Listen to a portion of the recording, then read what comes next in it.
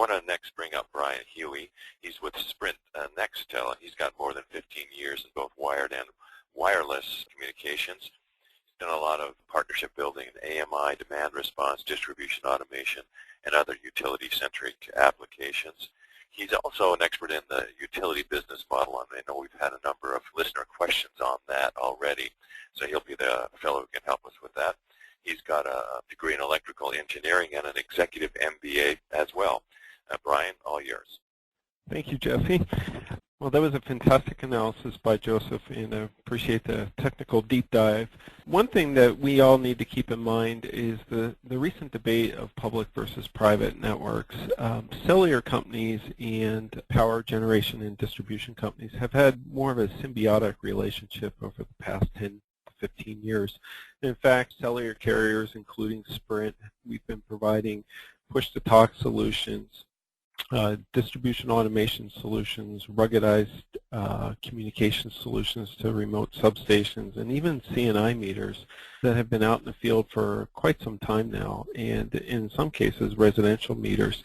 In fact, we're working with some utilities right now that are doing some upgrades to those meters. So the recent debates of public and private are a bit of what I would call a recent event, but the history and the symbiotic relationship of these two industries have long existed for some time now.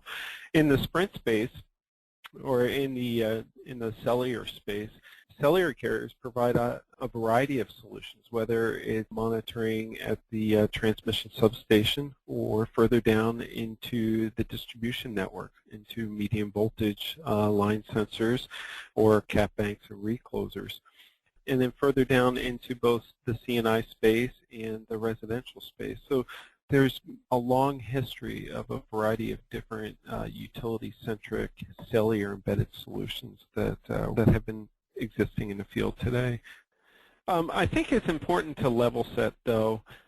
If we take a look towards the past as a guide towards looking forward and what to expect as utilities modernize what the recent term of smart grid is, but really modernize the way power is delivered to the end customer, we really have to take a look at what's happened with other industries. And no telecom person cannot talk about telecom without talking about Metcalfe's law. And basically, Metcalfe's law states the value of a network is exponentially related to the nodes that are connected to the network. So if you think about this in terms of smart meters, and every smart meter having its own connection to a network provided through a 3G or 2G or even 4G connection, there's inherent value that can be derived from those multiple connection points. Internodes talking to internodes, or smart meters talking to smart meters, or talking to transformer monitors, monitoring such applications. Another trend we need to take into account is Moore's law. And basically, as the cost of processing power continues to accelerate, but the cost is reduced over time, basically, the net translation of that is that the smart meters of today are not necessarily going to be the smart meters of a year from now or 2 years from now, or even the node devices. Some of the partners that I talk to on a daily basis are talking about pushing intelligence further out into the node and actually executing intelligent routines on the node and then communicating that back to a utility head-end system. And Moore's law is allowing that to happen. And another law that my colleague likes to talk about, or I like to talk about, is really what he postulates as McGuire's law. And basically, the way this applies to the utility segment is that as you're able to communicate to an end node more and more frequently, the value of that communication increases exponentially. And the way we translate that into the utility world is going from once-a-day interval reads, which anybody who's been involved with RFPs might have had that requirement several years ago, to 3 intervals a day, or even down into 1-hour increments or 15-hour increments or 15-minute increments. Clearly, there's a trend that is being derived by enhanced communication to the end node, and by communicating at a more frequent basis, you're able to do intelligent things such as power waveform monitoring, and communicate that back into a DR system or a distribution system and execute or derive real-time intelligence from it. Unfortunately, all of these technology trends that we're all used to do not necessarily equate to the regulatory frameworks that utilities operate under, nor the rate recovery mechanisms, or the asset lives of smart meters, where in the past they might have been held to 15 to 20-year lives. And when we talk in terms of Moore's Law, Metcalfe's Law, McGuire's Law, an asset life of that long in today's fast-moving technology world is a difficult concept to wrap our heads around. So really, some regulatory items need to address that. And then there's the public versus private debate. And from a Sprint perspective, we support both public and private networks. Obviously, when we talk about a public network, we are a cellular embedded carrier as well as all of our carrier brothers, but we all do provide these types of solutions. And then, of course, there's organizational inertia, the moving beyond the own it versus lease it internal debates. So some of the operator lessons that we've learned and that we'll share with you is that it's important to ensure network commitment and longevity. So perhaps the 20-year meter life is something that some utilities are still holding their carrier partners to. It's important to ensure network commitment and longevity to the best of the cellular carrier's ability. And we'll talk a little bit about how some carriers are doing that. We want to drive reliability through redundancy. Unfortunately, every carrier has their day in the spotlight, but there are ways to drive enhanced reliability through existing technology and existing partnerships that can drive peace of mind. Next, we'll talk about segmenting it and securing it from a partner development perspective, especially with concerns around cybersecurity requirements and some recent items that have been taking place in the media in terms of hacking or remote access that is thought to have been hacked. There are ways to segment it and secure it so that you can mitigate these risks. Number 4, what I like to talk about is collaborate leads to co-locate, and co-locate vice versa. And utilities and Sprint share that symbiotic, or carriers share that symbiotic relationship.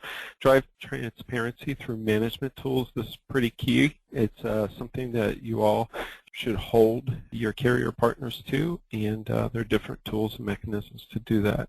And then there's an ecosystem of partners and solutions that we can talk about.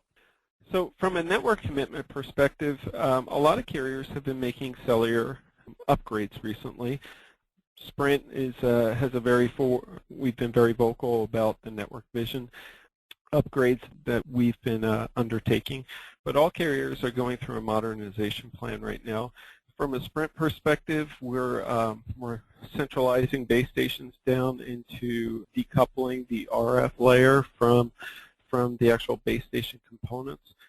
The net translation of that for utilities and other carriers will probably be going down this path is that we're able to, in some cases, provide 10-year commitments to these devices that are being deployed out in the field.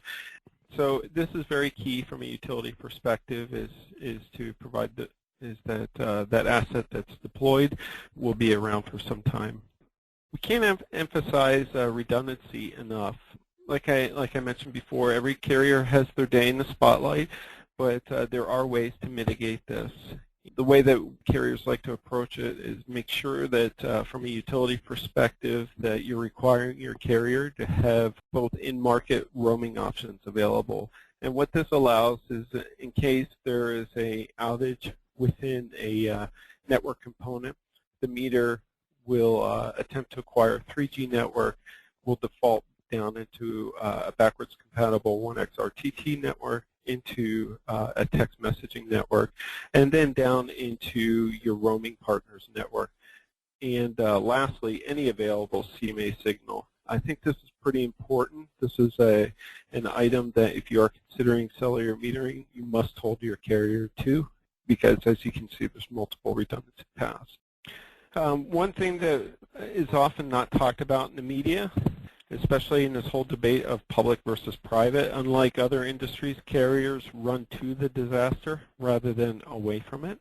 There are a variety of different solutions that are deployed, from satellite trucks to trailers to mobile command stations, and all carriers have a flavor of this.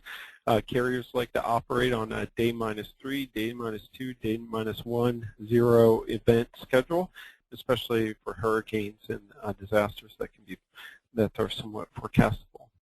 On to the segment it and secure it.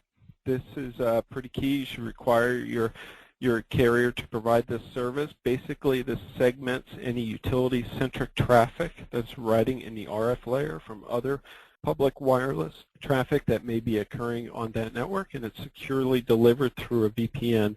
What this prevents, it adds an extra layer of security and encryption on top of the traffic that's already riding across the network, as well as it segments it from hacking the meter directly, from spoofing a base station or a tower that can happen in some cellular networks.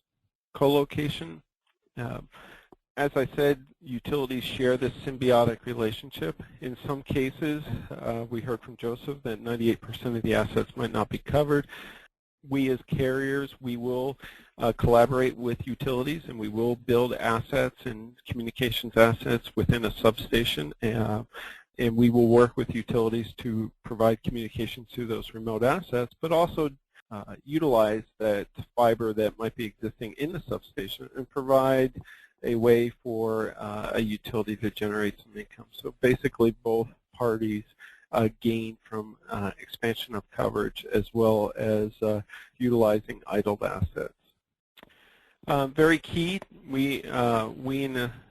at Sprint and other cellular companies, we drive transparency through giving our customers access to knowledge. Anybody can go to the Network Enhancements website, and you can get a real-time feed, at least from a Sprint perspective, as to what upgrades have been occurring within a market, how that market is performing. You should be requiring all of your carrier partners to provide this type of access so that innuendo and rumor is dispelled through knowledge and fact.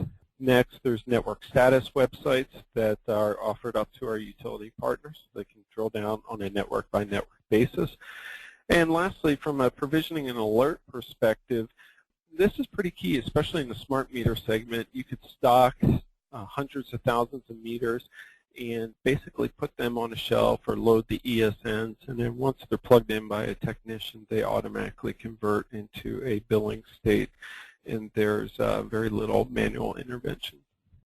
So a quick summary, there's been significant market opportunity in the AMI segment. And let's just talk smart meters, for example.